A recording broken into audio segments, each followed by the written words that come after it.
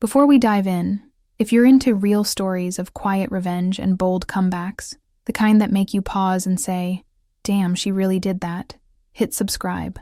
These aren't just stories, they're blueprints for reclaiming your power. Now let me tell you how getting fired for being a mom turned into the smartest thing that ever happened to me. I had exactly 13 minutes before my breast pump would remind me I was human. That morning, I'd barely slept. My daughter Luna was teething, red-faced, restless, clinging to my chest like her survival depended on it. And honestly, maybe it did. I'd only been back from maternity leave for 3 weeks, but every day felt like a gauntlet, a test of how far I could stretch myself before something snapped. My schedule, my sanity, or my ability to pretend I wasn't slowly drowning in silence. But that morning, I wore my sharpest blazer, one that still fit, kind of.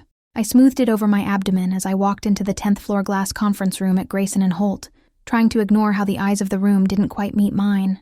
There were 12 people seated, coffee cups steaming in front of them, and at the head of the table sat him, Miles Bennett, VP of Strategy, my boss for 5 years, the man who once praised my tenacity in back-to-back pitches, the man who sent me a congratulatory bouquet when I got pregnant, which I later realized was from a delivery service that offered bulk discounts for corporate clients. He didn't look up as I entered. "Let's begin," he said flatly. The presentation was mine. I'd spent the last 2 weeks piecing it together between night feedings, nap windows, and stolen moments of clarity. It wasn't just good, it was airtight, the kind of pitch that could have landed us 3 new enterprise accounts.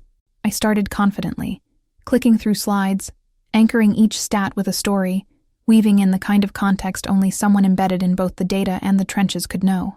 At the 11-minute mark, I noticed it. Miles wasn't looking at the screen. He was scrolling on his phone, index finger gliding like my voice was background noise. A few others followed his lead. By the time I finished, half the room was disengaged, and the other half was politely blinking, waiting for a cue to clap. Miles stood. "Thanks, Claire," he said. Just my name. No feedback, no comments. He turned to the group. "We'll be pivoting this account strategy to Julian's model moving forward. Less fluff, more execution." Julian, the guy who'd been here for 9 months, young, single, and loud. His model had been torn apart by legal just last week for using unlicensed IP. But Miles clapped him on the back like he was the future. I swallowed hard. "Excuse me," I said, standing straighter. "Was there an issue with my pitch?" Miles blinked slowly, then offered a thin-lipped smile. "It was fine. But we need energy, Claire. Hunger. Not a TED Talk." There it was. Not a TED Talk.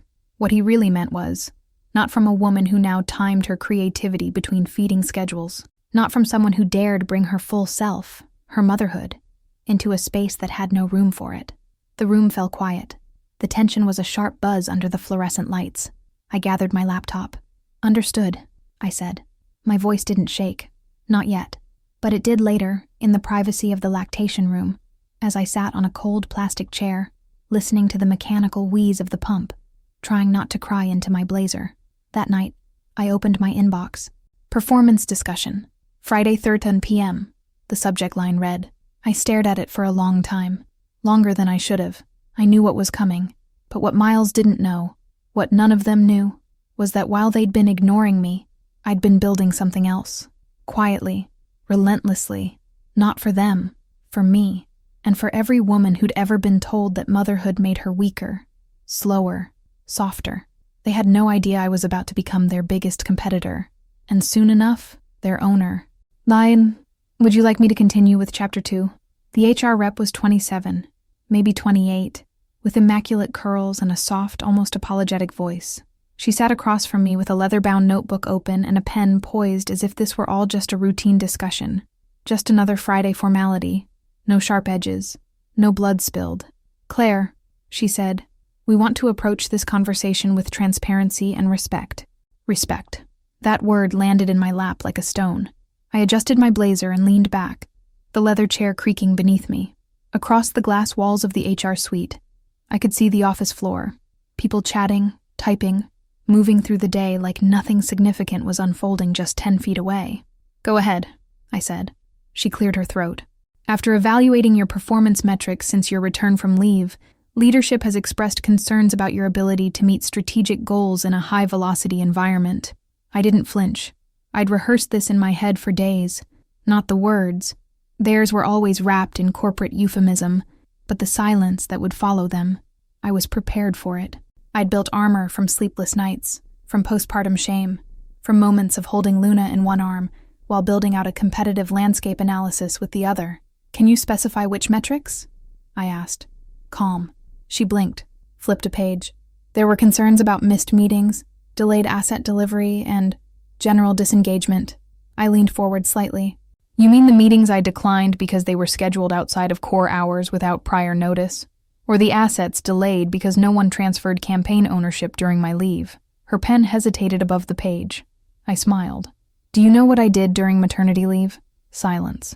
I designed an entire beta platform for a consumer insights tool, consulted with a small VC on sustainability verticals, and built a prototype for a micro-influencer dashboard using only recycled brand data. I paused. During naps, she stared, unsure whether to acknowledge the power in that or simply move on. This isn't about performance, I said. It's about visibility. I didn't come back and shout loud enough. I didn't schedule enough optics meetings. I didn't play the game. She looked down. I understand this is difficult. It's not, I interrupted. It's just clear. A beat passed. Then she handed me a manila folder. Inside, the severance terms. 3 months pay, NDA clause, non-compete for 12 months. I laughed. I didn't mean to, but it came out sharp and bitter. A year-long non-compete for what? A role you claim I can't execute? She flushed. It's standard language. I stood, folder in hand. So was sexism once. Then I left. Outside, the October air sliced against my cheeks. The wind felt cleaner now. Honest. No buzzwords. No veiled critiques. Just cold truth. I didn't cry. Not that day. Instead, I went straight to my car, opened my laptop, and logged into the server no one at Grayson and Holt knew existed. Virion. My secret. A working name still. But the bones were strong.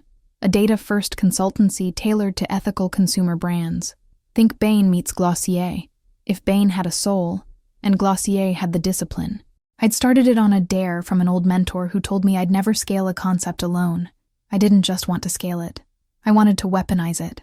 I spent the next 7 hours in a coffee shop 2 blocks from Luna's daycare. First call. My friend Maya, a UI designer who had just been laid off. I offered her equity. She accepted in 11 minutes. Second, Sarah, an ex-account director from a rival agency, currently freelancing. She'd once told me she'd leave in a heartbeat for a woman-led shop with teeth. I promised her exactly that.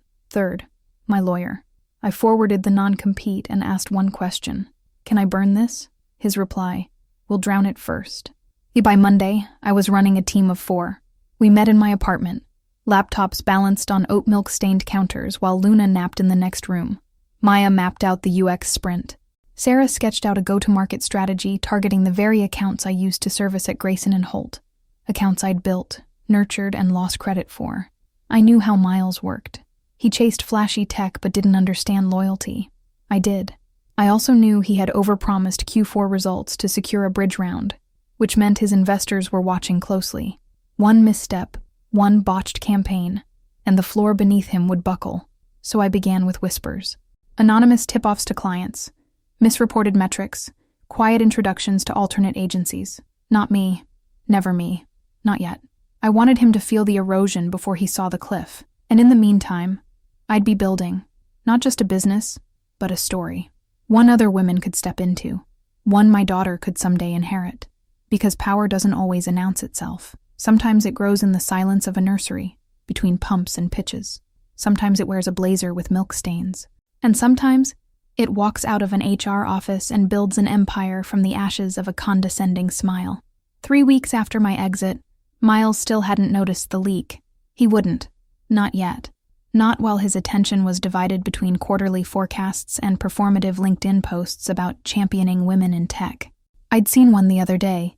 He shared an article about paternity leave progress in Sweden with a caption that read, "We've still got a long way to go.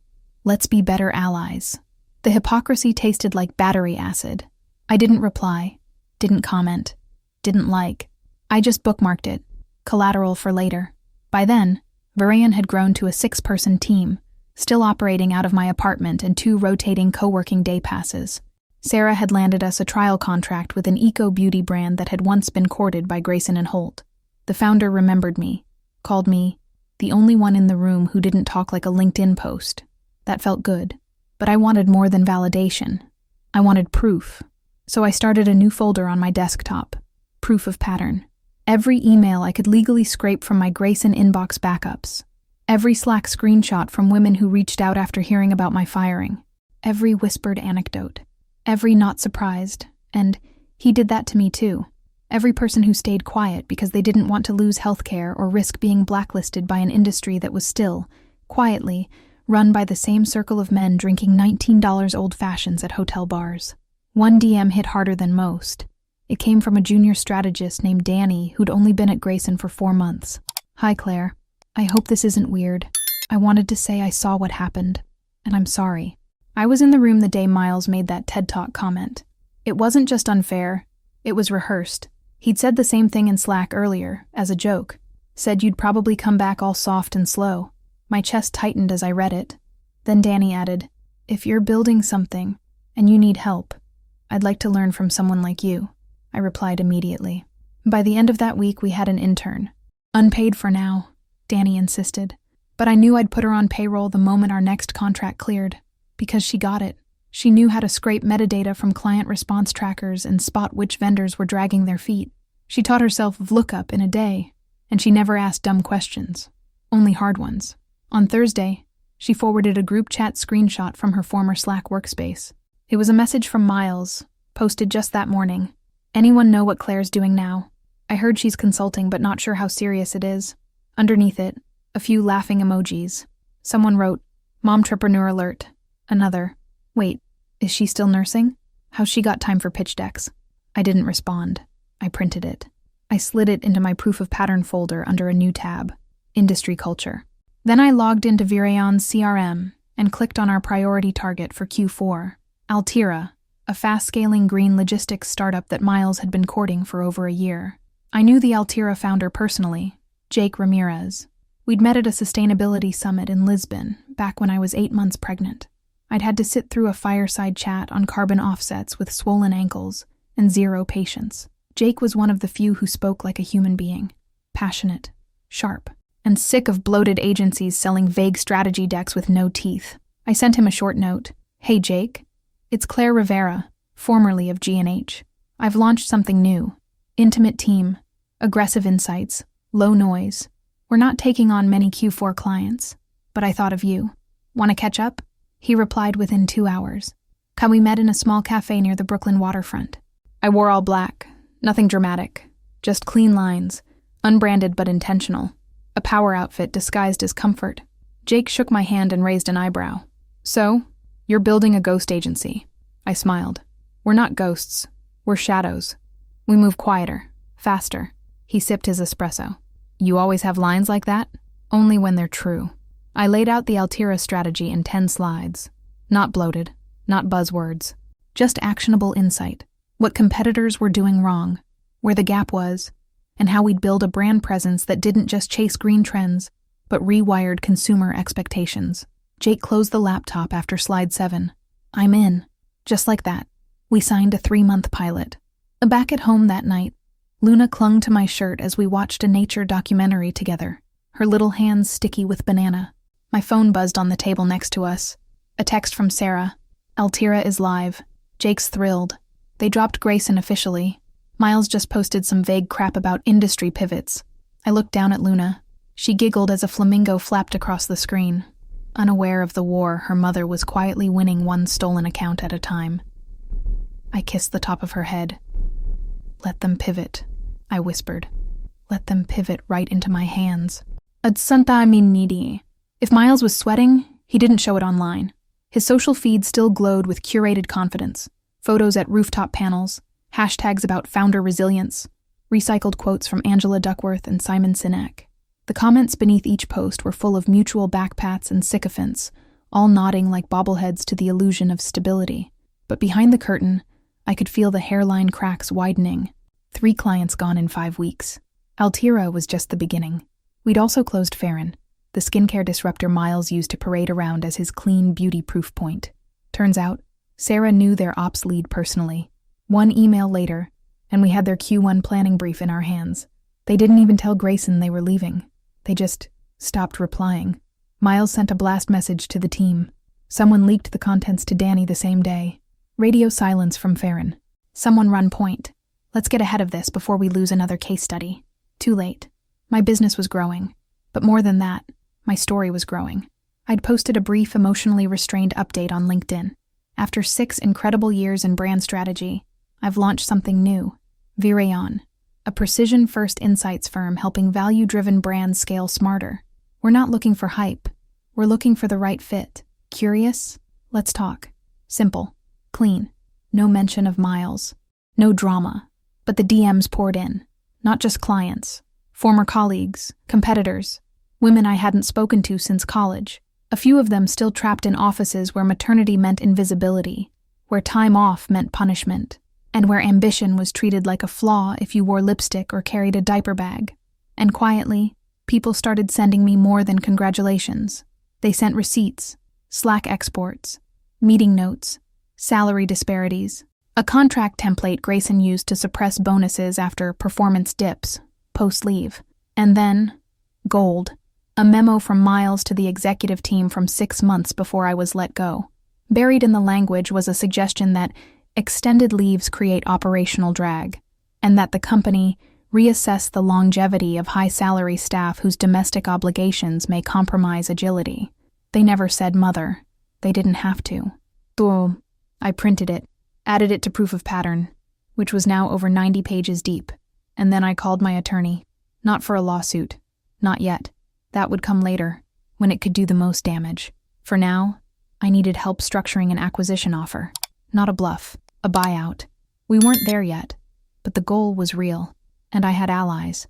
One of them, Jonathan Reed. Jonathan had been one of Grayson's earliest investors. Quiet, old money, but not naive. I'd met him at a private dinner once, back when I was still being groomed for VP. He liked me because I didn't overtalk. I remembered his wife's name, and I wasn't afraid to challenge him on a panel when he called brand storytelling fluff. I sent him an email. Hi, Jonathan. Claire here. I've launched a boutique insights firm, and we've onboarded 3 former Grayson clients. I'm exploring growth options. Would love a confidential conversation if you're open to it, he replied within the hour. We met at a private club in Tribeca that still smelled like cedar and aged bourbon. Jonathan wore a gray cashmere scarf and smiled like someone who'd already read the ending to the story. So, he said, sipping something dark, you're the storm. I tilted my head. I'm the weather they ignored. He chuckled. You've got their attention now. Miles has been doing spin for weeks. His board's nervous. Revenue's flat. And word is, a few partners want out. Let them out, I said. I'm not here for revenge. Jonathan raised a brow. I smiled. I'm here for the company. There was a silence, long and respectful. Then he leaned in. Make it unignorable, he said. Force the conversation. Back at home, I stared at the whiteboard we kept in the corner of the apartment. Half grocery list, half business battle map. Luna's scribbles had merged with Maya's flowcharts. I didn't erase any of it. This wasn't about balance. It was about integration. We built the Virion takeover strategy in phases. Phase 1, eclipse. Shadow Miles. Match every pitch. Undercut where necessary. Be faster, smarter, sharper. Phase 2, proof. 3 case studies. Document everything. Numbers over narrative. Show outcomes. Remove doubt. Phase 3, pressure. Strategic leak to trade press. Not from me. From an industry insider who noticed client migration and leadership instability. Phase 4, offer. Not as a rogue ex-employee. As a rising competitor with leverage, capital, and the data to back it all. On a Sunday night, I posted again. A quiet update. No fanfare. Virion just crossed 1 million in contracts in under 60 days. Grateful for every brand who said yes to moving differently. We're just getting started. No hashtags, no fluff. Within an hour, I had 2 DMs from former Grayson clients. By midnight, I had 3 job applications. By Monday morning, Miles had posted a message on Slack. Let's stay focused. Noise doesn't win clients. Results do. That message was screenshotted and forwarded to me before I'd even finished my coffee. I didn't reply. I just emailed my lawyer. Subject line: Initiate Phase 4. Add on Monday at 9:02 a.m. Miles got the email. The subject line was simple: Acquisition Inquiry. Confidential. The sender: Virion Partners, Inc. It didn't come from me. It came from Jonathan's legal team. Just like we planned. The contents were tight, formal, stripped of sentiment. Dear Mr. Bennett, in light of recent shifts within Grayson & Holt's client portfolio and market positioning, Virion Partners is exploring selective acquisitions to consolidate strategic IP and key talent. Our advisors have identified G&H as a potential target. Please consider this a non-binding expression of interest, subject to further due diligence. All communications will remain confidential until otherwise agreed. We request a conversation by close of business Friday. Sincerely, Virion Partners, Inc. Polite, cold, icy enough to chill the blood of any exec who'd built his identity on market dominance. By 10:14 a.m., my phone buzzed. It was Sarah. Miles is spiraling. I pressed the phone to my ear, my other hand cradling Luna as she gnawed on a silicone teether shaped like a giraffe. Already? I said. He's in a closed door with legal and finance. Someone said he looked like he'd seen a ghost. The board's pinging everyone. I smiled. Good. Then, I hung up, and I waited. By Thursday, word had spread. Just enough. Not publicly, not in the trades, but in the air. You could feel it in the cautious replies from vendors, in the sudden LinkedIn connection requests from Grayson staff I hadn't spoken to in years, in the way Altira's founder casually mentioned during a check-in. I heard something interesting. Someone told me Virion made a move. I didn't confirm. I didn't deny. Instead, I posted a photo. It was just a hand. Mine. Resting on a conference table beside a thick stack of documents. The caption: Due diligence. Done right. That post got 12,000 views in 24 hours. Miles didn't say a word online, but his silence was loud. Friday morning, he broke it. He emailed me directly. Claire? So I guess congratulations are in order. You've certainly made a splash. Let's talk. Miles. No salutation. No pleasantries. Just a dented ego wrapped in forced civility. I let it sit for 3 hours. Then I replied, Miles, happy to discuss.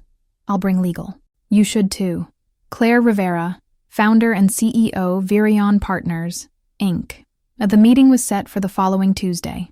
It took place in a WeWork boardroom, neutral territory, glass walls, bad coffee, and overwatered plants. My lawyer Jonathan and I sat on one side. Miles walked in with his GC and COO, visibly thinner than the last time I'd seen him. He wore a navy jacket that didn't quite sit right on his shoulders anymore. We didn't shake hands. Let's get to it, he said, sinking into the leather chair. I nodded. Jonathan opened the deck. Not slides, just a printed dossier summarizing our position. We weren't just profitable. We were outperforming Grayson in 3 verticals. We had 5 of their former clients. We had pipeline projections that made their Q1 outlook look like a hobby project. And most importantly, we weren't burning capital. We were scaling on retained revenue and sweat. Miles flipped through the pages, jaw tightening. I assume this is posturing, he said, voice low. No, I said. It's pre-offer. He blinked. You want to buy Grayson? I leaned forward. I want to buy what's left of it. His GC cleared her throat. What exactly are you proposing? Jonathan slid a term sheet across the table. Claire's offering a structured acquisition of core assets, IP, client data, and select staff. You retain your equity and name, but the brand, the contracts, and the operations shift to Virion by year-end. Miles laughed, short and bitter. This is absurd. I tilted my head. Is it? He looked up. I held his gaze. You made a call, Miles, I said, voice even.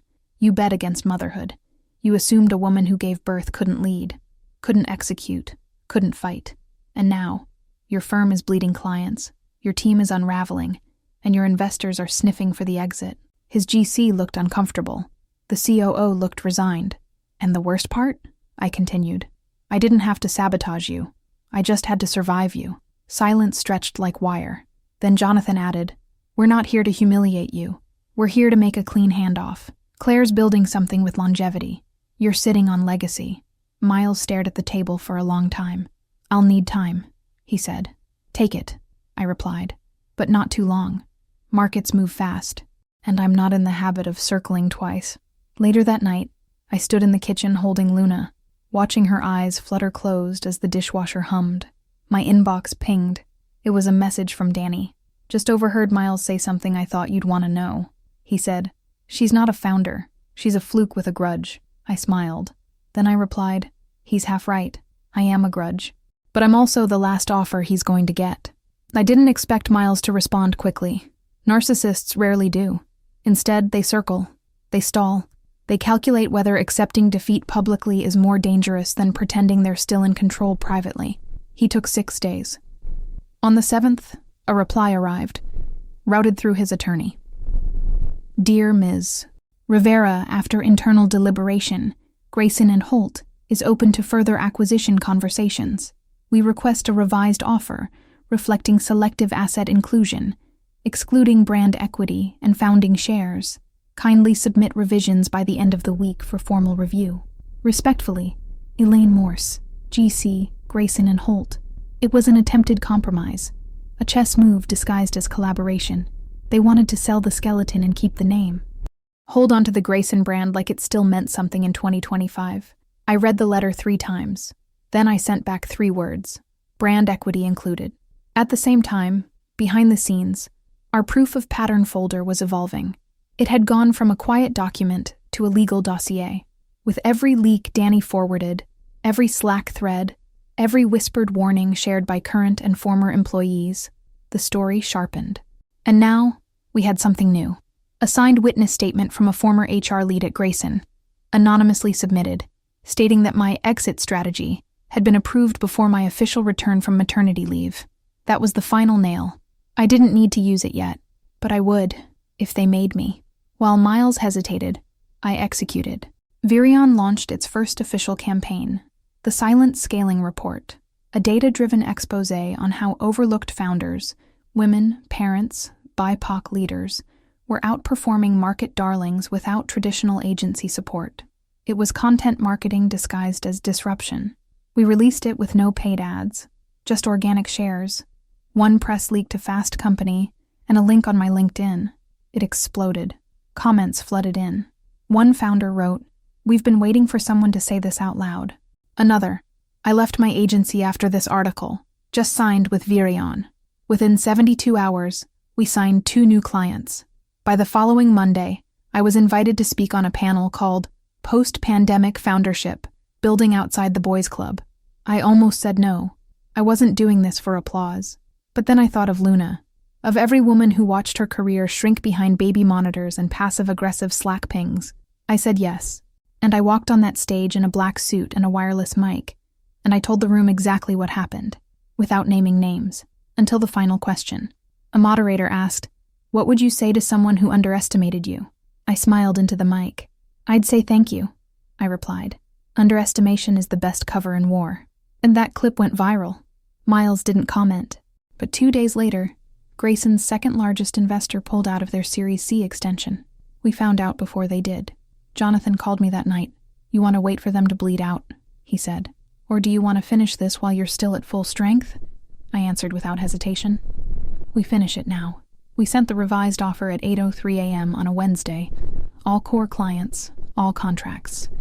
All staff below the executive tier, all brand equity, and a clause ensuring the company name would cease to exist within 90 days of acquisition. It wasn't just business. It was erasure. Miles had 48 hours to respond. I spent those 2 days planning the transition. Sarah would take over as VP of Client Strategy. Maya would head product expansion. Danny, now officially on payroll, would run internal culture. We had new hires lined up, infrastructure prepped, and then, on Friday morning, the answer came in. Signed. Accepted. Pending close. Just like that, Grayson and Holt was mine. I didn't tell anyone right away.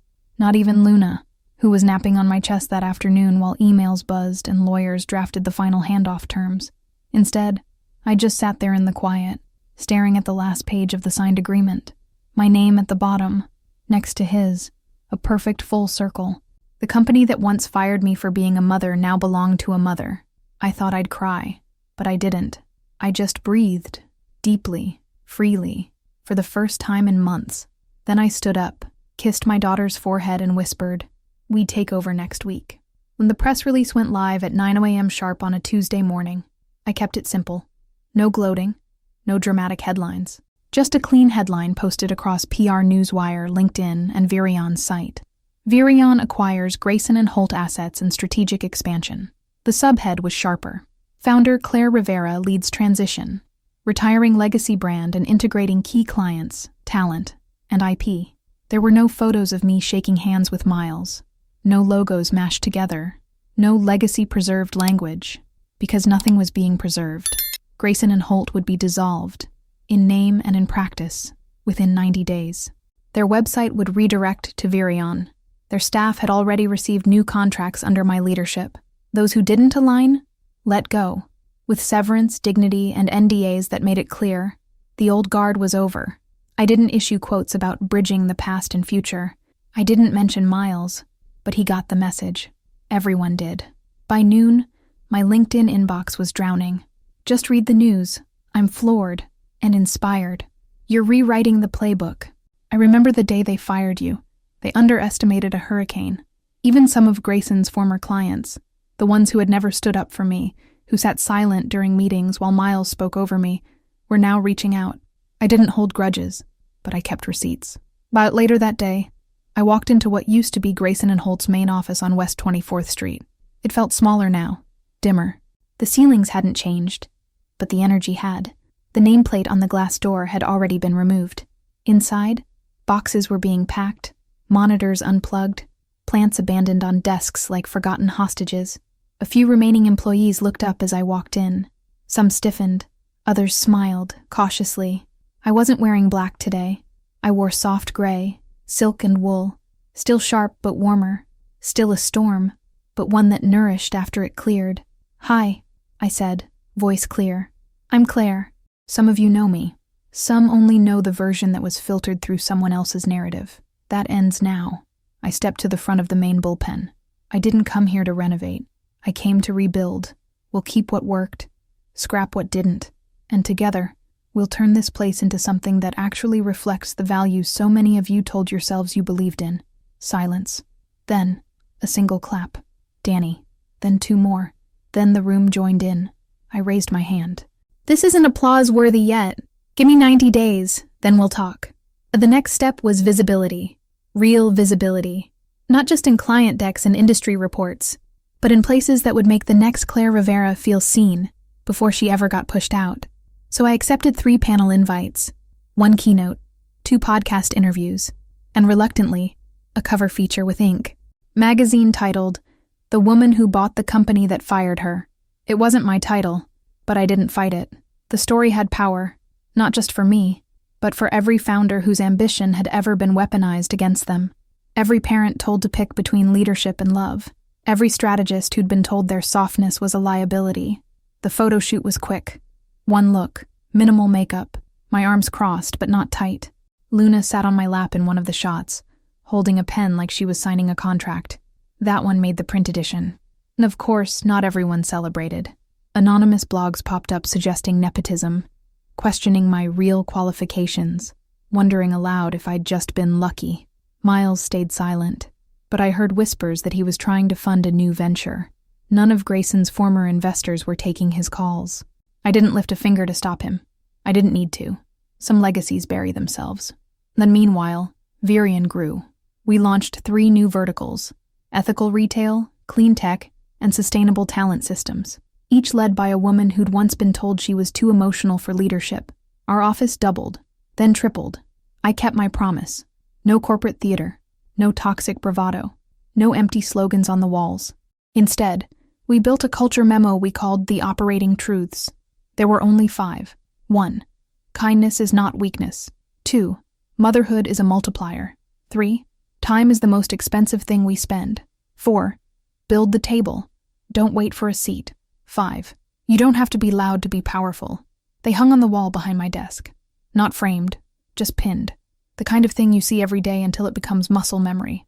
And late one Friday, after most of the team had gone home, I sat alone in the office, watching the sun fade through the windows. Luna had fallen asleep in the corner after helping Maya sort Post-its. I pulled out a folder from my desk, the original proof of pattern file. I skimmed it one last time. The screenshots, the metrics, the gaslighting, the silence, the pattern. I didn't feel rage anymore.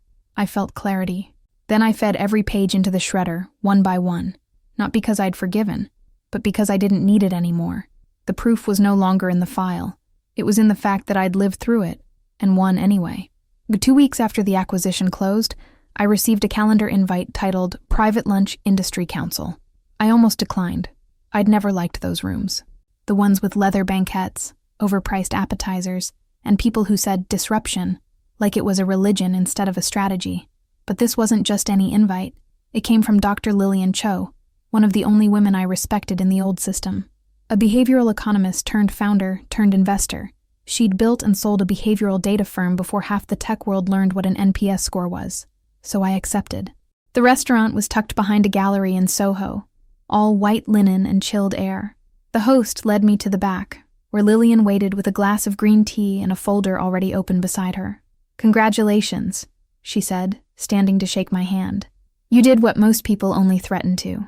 "I didn't want to threaten," I replied, sitting. "I wanted to win." She smiled. "That's why I asked you here." I expected flattery, maybe an offer to join a panel or write a think piece. What she said instead caught me off guard. "We're restructuring the industry council." I blinked. I wasn't aware it was being restructured. That's the point. Too many decisions still happen behind curtains, around men who only talk to each other. She pushed the folder across the table. Inside, a short list of proposed new members. 10 names. Mine was at the top. "You want me to join the advisory board?" I asked slowly. "No," she said. "We want you to lead it." I didn't answer right away. Instead, I spent the weekend walking through Prospect Park with Luna asleep against my chest, thinking. Leading an industry council meant oversight, influence, access to early-stage regulation drafts, funding flows, and C-suite networks that could open doors I hadn't even knocked on yet. But it also meant time, and scrutiny, and invitations into the very halls I had once set fire to. Was it hypocritical to step into them now? Or was it necessary? On Monday, I said yes, but on one condition. We rewrite the charter. No more panels without pay. No more diversity without decision-making power. No more mentorship programs that were really just PR strategies for mediocre VCs trying to clean their image. If I was going to lead, it wouldn't be to reinforce a broken ladder. I was going to build a new one, or tear the whole structure down. And with the council underway, Virion doubled again. We moved into a new office. Not corporate, not open plan. Think soft light, textured walls, real plants, doors that closed when you needed to think. The lobby had no receptionist. Instead, we had a quote on the wall behind the entrance, etched into raw slate. What they tried to silence became strategy. Visitors always paused when they saw it. Some took photos. Some rolled their eyes. I didn't care. It wasn't for them. It was for the woman who walked in, resume in hand, doubting her place. It was for the intern who stayed late because she believed in the mission. It was for Luna, years from now, when she asked why her mother stopped working for other people and started creating her own laws. And then, just when I thought the past had finished echoing, Miles resurfaced. Not directly, not publicly, but I got a tip from a friend in venture capital that he was shopping a new deck. Different vertical. Same energy. He was calling it Convexity, a founder-first think tank for accelerated brand performance. The irony almost made me laugh. "He's looking for bridge funding," the friend said. "He's dropped your name more than once. Framed the acquisition as a strategic handoff that freed him to pursue bigger ideas." I didn't respond. Not to him. Instead, I called my lawyer. "File the cease and desist," I said. "Brand misrepresentation, false association. We didn't need to sue. Just remind him that the world had changed, and that some of us read the fine print now." And by the end of the quarter, Virion had officially become the fastest-growing brand strategy firm in the sustainability space. Not because of press, not because of hype, because we delivered. Clients didn't just stay, they brought friends. Talent didn't just apply. They left Fortune 500 roles for the chance to build something real. I launched a new initiative called Parent Power, offering flexible contracts for working parents who wanted to consult without sacrificing evenings or authenticity. No office politics, no gaslighting, no performance reviews that penalized you for having a life. It became one of our most viral programs. Other firms copied it within months. I didn't mind. Let them copy. Blueprints were meant to be rewritten, especially when they were built on exclusion. One night, as I was shutting down my laptop, Luna climbed into my lap with a crayon-streaked notebook. "Mommy," she said, "can I work with you?" I looked at her, hair tangled, eyes curious, hands still unsteady but eager. "You already are," I whispered, and it was true. She had been with me in the nursery when I sent the first cold pitch, on my hip when I clicked send on the acquisition offer. In the background of every Zoom call, every decision, every rewrite, she wasn't the reason I had to slow down. She was the reason I'd learned how to speed up the right way. And I was back at the top floor of the Andros building, the kind of space that once made me adjust my blouse and sit straighter in chairs that didn't quite welcome me. This time, though, I wasn't here to pitch. I was here because they'd asked me to keynote the North Atlantic Brand Forum, a summit traditionally headlined by men named Robert or Charles, who still thought inclusivity meant making the font size bigger on their ESG decks. The room was full. Cameras, coordinators, crisp blazers, and creased silence. My face was on the program. My title read, Claire Rivera, Founder and CEO, Virion, Architect of Ethical Acceleration. When I took the stage, I didn't clear my throat. I didn't ask for water. I just looked out into the room and began. You ever walk into a room knowing you're the last person they expected to see with the microphone? A few polite chuckles. I continued, unblinking. Good. Stay uncomfortable. It means we're making progress. And then afterward, a crowd formed. Not just of press or organizers, but of founders. Quiet ones. Mostly women. Mostly the kind who had sat through years of being talked over, passed up, misnamed in reports they wrote themselves. One of them, an Indian-American founder named Priya, leaned in and whispered, "I never knew we were allowed to say it like that." I looked her in the eyes. We were always allowed. They just hoped we'd forget. Mine saw. But not everything was admiration. As Virion expanded, the resistance sharpened. A well-known industry analyst published a column titled, "The Danger of Building Brands on Bitterness." It didn't name me, but it didn't need to. He quoted a paragraph from my Inc. magazine interview, called it, "Emotional vengeance masquerading as innovation." I didn't respond directly. Instead, I took a screenshot of the quote, framed it on our office wall under the heading, Fuel. Sarah saw it and snorted. "He thinks anger and strategy can't share the same spreadsheet." "Let him," I said. "It's why he'll always write columns, and we'll write code, copy, and contracts." Meanwhile, I started noticing a pattern in our hiring pipeline. The resumes from men dropped off. Not entirely. We still hired across the board. But the flood of confident, underqualified applications from guys who used Ninja or Growth Hacker in their bios? Gone. At first, I thought it was a coincidence. Then I heard from Danny. She'd received a message from a recruiter who said, off the record, "Some guys don't apply to Virion. They think it's too mother-run, too emotionally charged. Too emotionally charged." That phrase lodged in my mind like a splinter. So I wrote a blog post. Short, measured, surgical. If you think emotion has no place in leadership, you're confusing numbness with strength. I built a multi-million-dollar firm while sleep-deprived, postpartum, and permanently underestimated. If that's too emotional, good luck keeping up with someone who has both fire and follow-through. Claire Rivera. It got reprinted in Harvard Business Review. Twice. IMEO. Still, for every door we opened, another tried to shut itself in response. We lost a major contract with a legacy brand whose CEO refused to implement flexible hours. He called our proposal ideological overreach. I didn't fight him. I just replaced him. 4 months later, the VP of brand at his company resigned and joined us. She brought 3 client accounts with her. Internally, I could feel something shifting. Not just in the business, but in me. I'd been so focused on building, proving, pushing, that I hadn't noticed how often I still braced myself for resistance. Even now, post-acquisition, post-viral talk, post-panel fame. I kept expecting someone to yank it all back, tell me I didn't earn it, that it was a glitch. Imposter syndrome doesn't always disappear when you win. Sometimes it just wears better shoes. One night after Luna was asleep, I stood in the office and looked at the wall where we kept our core values. The 5th one had started to feel like a lie. You don't have to be loud to be powerful, because lately I was loud, and maybe I needed to be. Maybe it wasn't about rejecting loudness. Maybe it was about choosing when and where to raise your voice, and what legacy you wanted the echo to leave behind. So I added a sixth line to the wall, handwritten in chalk. Power can whisper, or roar. Know when to do both. At the next all-hands meeting, I stood up in front of the team. 28 full-time staff, 9 contractors, 3 interns, and a Slack channel that never slept. I told them the truth. I'm not trying to be palatable anymore, I said. I'm trying to be real.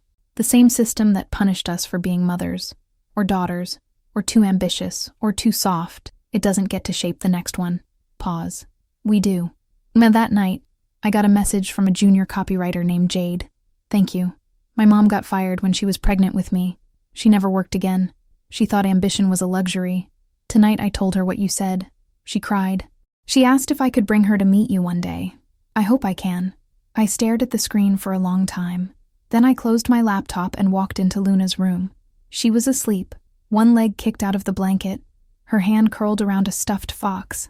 I leaned down and whispered, "We're not building a company anymore. We're building a world." I didn't realize how tired I was until I paused.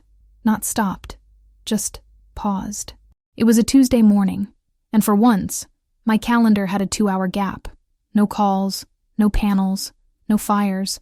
Luna was at daycare. The office was humming without me, and the apartment was still except for the quiet drip of coffee and the hum of the fridge. I sat at the kitchen table, fingers still hovering over my laptop keyboard, waiting for the urgency that had fueled me for the past 7 months to come roaring back. It didn't. Instead, I felt an ache in my chest I hadn't let myself name. Grief, not for my past. I had made peace with that, but for everything I had become in order to survive it. The people say success is redemptive, that power makes it all worth it, that once you win, the pain vanishes. They're wrong. Sometimes, success sharpens the pain, because now you have perspective. Now you can see how much you had to carry alone, how many wounds you never treated because there was no time, how often you stood in a room full of people and pretended you weren't bleeding, and now you're not bleeding anymore, but the scars remain. Well, that afternoon, I went to visit my mother. She lived in a modest brownstone in Queens, where she still taught English at the public high school she refused to retire from. She opened the door with a dish towel in one hand and a raised eyebrow. "You're early," she said. "I thought CEOs were allergic to 3 p.m. visits." I hugged her tighter than usual. She stiffened, then softened. Inside, she poured tea, sat across from me at the kitchen table, and waited. She always knew when something was coming. "I did it," I said finally. "I built it. I own the company that fired me. We're growing. I'm known." She tilted her head.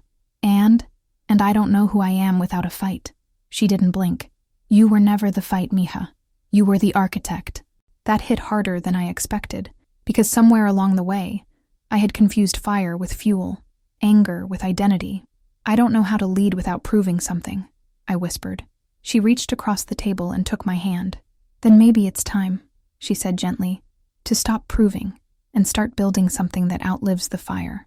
That night, I stood in front of a whiteboard in my office, staring at the words I'd written months ago. You don't have to be loud to be powerful. Power can whisper, or roar. Know when to do both. Now I added a third. When the war ends, write the peace. On the next morning, I walked into our Thursday leadership meeting with a new directive. "We're restructuring our internal tracks," I said. "Not just roles, growth paths. I want new categories. Creative strategist parents, part-time tech leads, culture officers with pay equity." Maya looked up.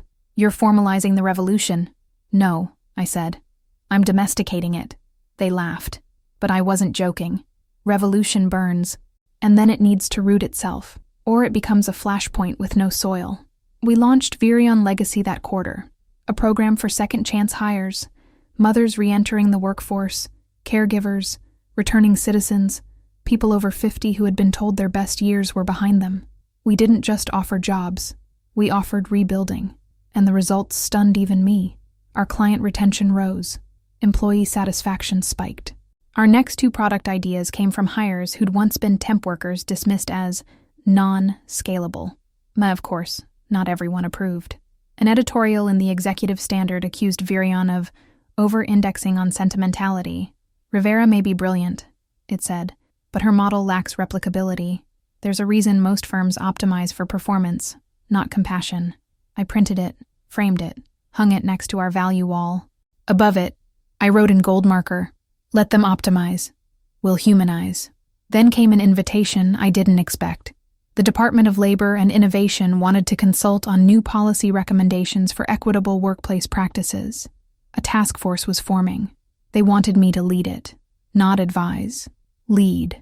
Claire Rivera, startup founder, fired mother, now federal influence. I closed the email and stared at the screen for a full 5 minutes. Then I called Sarah. "They want me to build the playbook," I said quietly. She exhaled.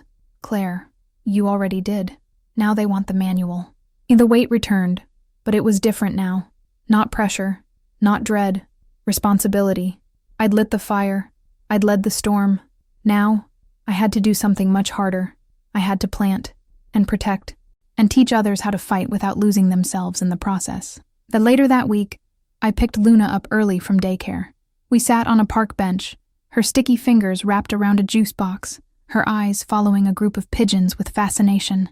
"Mommy," she said suddenly, "do you work every day?" I thought about that, then answered, "No, baby. Some days I lead, some days I rest, some days I build." She nodded like that made perfect sense. Then, "Can I build with you?" I kissed her forehead. "You already are." By the time I chaired my first official session with the Federal Task Force on Workplace Equity, I was wearing power differently. Not just in tone or tempo, but in volume. I didn't need to dominate the room anymore. Now, I curated it. The conference room in DC wasn't grand. Gray carpet, cheap coffee, government-issued chairs designed to outlast a shutdown. But the people? That was where the shift began. 12 of us sat around the table. Founders, policy analysts, labor organizers, HR execs, and union reps. I made sure of that. I'd insisted on a hybrid of tech and ground-level perspective. No tokenism, no optics, just voices that had built something or survived something. I opened the session with a truth. What got us here isn't going to fix what broke us. Some nodded. Others blinked. One man, Raymond Coyle, a legacy HR consultant with 3 bestsellers and 0 field time in the last decade, visibly bristled. Good. I didn't come here to be liked. I came here to make structural interference. Within 2 sessions, the fractures began to show. Raymond submitted edits to our first proposal draft that removed every reference to paid parental leave expansion. He called it budgetarily unrealistic and outside the private sector's appetite. I flagged it immediately. In our private Slack thread, Danny messaged, "Do they think we won't notice the erasure just because it's in passive voice?" I replied with one word, predictable. Then I got strategic. Instead of calling Raymond out in public, which would only give him a platform to perform indignation, I redirected. I invited a guest speaker to the next session, Vanessa Long, an operations executive from a logistics company that had implemented full paid family leave and saw productivity increase by 23% in a year. Vanessa didn't speak in hypotheticals. She brought data, dashboards, and receipts. She finished her presentation with this: "We didn't give people time off because we're nice. We did it because burned-out humans don't build scalable systems. If you think care is optional, you're unqualified to lead." Raymond stayed silent for the rest of the meeting. But sabotage doesn't always come through edits or silence. Sometimes it comes through praise. At the next session, a senior official, white hair, soft hands, legacy nonprofit founder, pulled me aside during the break. "You're impressive, Claire," he said. "Exactly the kind of voice we need. Bold, grounded. It's refreshing. Just don't let it get too personal." I tilted my head. "Define too personal." He chuckled like I'd made a joke. "You know, too many motherhood references. We're talking policy here." I didn't laugh. Instead, I looked him dead in the eyes. I am policy. And that night, I updated our internal manifesto at Virion. Under the leadership principles section, I added, "Visibility isn't vulnerability. Softness isn't unprofessional. Personal is political. Always has been." Then I shared it across the company Slack with no caption, just a lightning bolt emoji. But while I was fighting battles in DC, things back home were shifting. Sarah flagged it first. We were losing an account, not because of performance, but because a newly installed male CMO at a partner firm had concerns about tone. The phrase again. tone. It always meant the same thing. We made them uncomfortable in ways they couldn't articulate without sounding sexist, so they cloaked it in language about brand alignment. I read the full feedback email twice. It mentioned emotional framing, too much emphasis on founder narrative, and insistence on family-first messaging. Then the line that stopped me cold. The market doesn't want maternal energy at the center of strategy. I stared at the sentence. Then I picked up the phone. The call wasn't angry. It was surgical. I spoke directly with the CMO, Brian, a man with a friendly tone and an MBA vocabulary. "I just think we're trying to project strength," he said. I smiled into the phone. "You think maternal energy isn't strong?" A pause. "No, I just mean..." I cut him off. "You don't know what it's like to negotiate a 6-figure deal while bleeding through a maxi pad. You've never had to defend a pitch with a breast pump in your bag and a sick child at home. You think maternal means soft, but I've seen mothers rip through systems, build businesses in nap windows, rewire industries while being told they're distractions." I paused. "Strength has always been maternal. You're just late to the definition." He didn't reply, but 2 days later, the account quietly reinstated our contract. No apology, just compliance. I didn't need an apology. I had power now, and I knew how to use it. And still, I wasn't naive. The fight was shifting, from blatant dismissal to quiet invalidation, from slammed doors to muffled ceilings, and the higher I rose, the more I felt the edges tighten, which meant one thing: it was time to decentralize the power. And I called an emergency off-site for Virion leadership. We met in a rented farmhouse in Hudson Valley. No cell service, just sharp minds and long wooden tables. And I said this: if I get hit by a truck tomorrow, the mission must outlive me. We created succession plans, internal councils, shared ownership structures, a fund for future founders, not just employees, but clients, mentees, interns. We called it the legacy layer. It wasn't about safety nets. It was about strategic immortality. When that night, Maya sat beside me by the fire. "You good?" she asked. I nodded. Then, slowly, "They still want to believe this was a fluke." She smiled, slow and certain. "Then we show them what a repeatable miracle looks like." The final day of Grayson and Holt's legal existence came without fireworks. No press release, no company-wide toast, no LinkedIn eulogy. Just a 10-line confirmation email from legal. As of 5 p.m. today, all operational assets, digital infrastructure, and intellectual property previously owned by Grayson and Holt have been fully transferred to Virion Partners, Inc. The brand name is retired. The entity is dissolved. I stared at the message in silence. It was done. Not the revenge, the rewrite. The name that once sat at the top of every rejection email, every unfortunately meeting, every slight veiled in performance reviews, was gone, replaced by mine. Not in ego, in evidence. And that evening, the team gathered in our office for what they thought was a standard Q4 planning session. I let them believe that, until the lights dimmed and Danny hit play on a short video she'd secretly edited together. Footage of our first pitch, photos from our home office days, snippets from Slack messages like, "Is it crazy if I think we can actually do this? I have no idea what I'm doing, but I trust us. Just close the deal. Claire, you built a monster." Everyone laughed. Some cried. Even Maya wiped one eye and muttered, "It's allergies, shut up." At the end of the video, the screen faded to white, and a single sentence appeared. The company that fired her became the company she carried. The room went quiet. Then applause. But I didn't speak. I just nodded, smiled, and let them hold the silence with me, because this wasn't about me anymore. And the next morning, I stood in the studio lobby of a podcast called Built While Bleeding. It wasn't glamorous, just gray carpets, soft light, and a hot mic. But the host was sharp, a woman who'd built a marketing firm in the shadow of a custody battle, breastfed between meetings, and survived an investor who once asked her, "Do you think you'll still be committed if your kid gets sick?" She knew the story beneath the story. Halfway through, she asked, "What was your first moment of power?" I paused, not because I didn't know, but because the truth surprised me. "It wasn't when I signed the acquisition," I said slowly. "It wasn't even the day I pitched pregnant and closed 3 clients in one call." She waited. "It was the night after I got fired, when I opened my laptop at the kitchen table, pumped milk with one hand, and built a deck with the other. No salary, no safety net, just a knowing. A knowing of what? She asked. I looked up. That I'd never give anyone that kind of power over me again. That episode reached 2 million downloads in a week. But more than that, it reached inboxes. My inbox.